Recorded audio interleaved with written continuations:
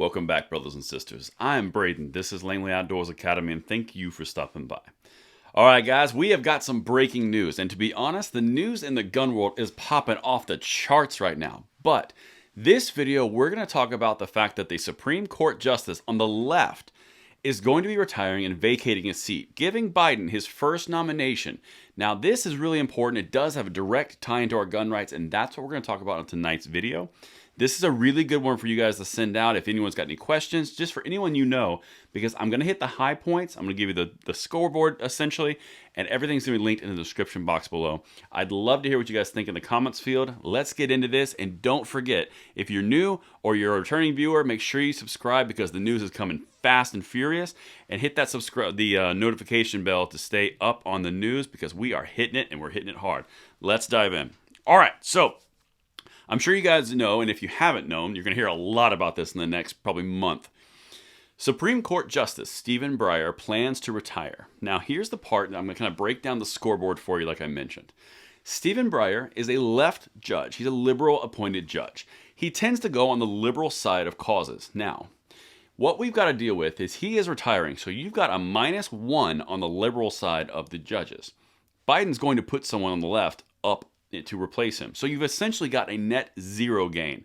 It's replacing it, making it exactly what it was before. The main gain that they have to look at here is really they've got longevity for a vote that was getting older at 83. Okay, so in the front runner, right off the gate, it's not going to change anything in the short term per se from a standpoint of the vote counts, right? Because they didn't gain anything. But listen to what CNN is saying, and then we're going to dive into this because, guys, this is going to be big. The nominee is going to have longer-term implications for our gun rights, but let's dive in here. Supreme Court Justice Stephen Breyer plans to retire, setting up a seismic confirmation battle at the start of a midterm election year as President Joe Biden tries to find his footing with his agenda stalled and Democrats divided in Congress. And that's really what this is going to turn into. You're going to hear this to be a lot more of a political narration around, look what we've done for the midterms, look what we did. This is going to be a nomination, a political election push, a big part of it.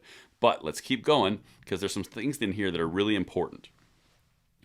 Breyer, 83, is expected to stay on until the end of the court term until a replacement is confirmed, a well-placed source familiar with the matter told CNN. So it's not going to change anything in the short term. Like I said, the vote counts remain the same. But what is important is where do these individuals actually stand on gun control, on gun rights? And that's what we're going to cover on this channel. That's why I need you guys to subscribe and hit that notification bell so you can stay up to date quickly. In the current 50-50 Senate, all Democrats would need to stay united with Vice President Kamala Harris breaking a potential tie in the event no Republicans break ranks. So odds are they're going to get through. I'm just going to flat out say it. Odds are they're going to get through with a caveat.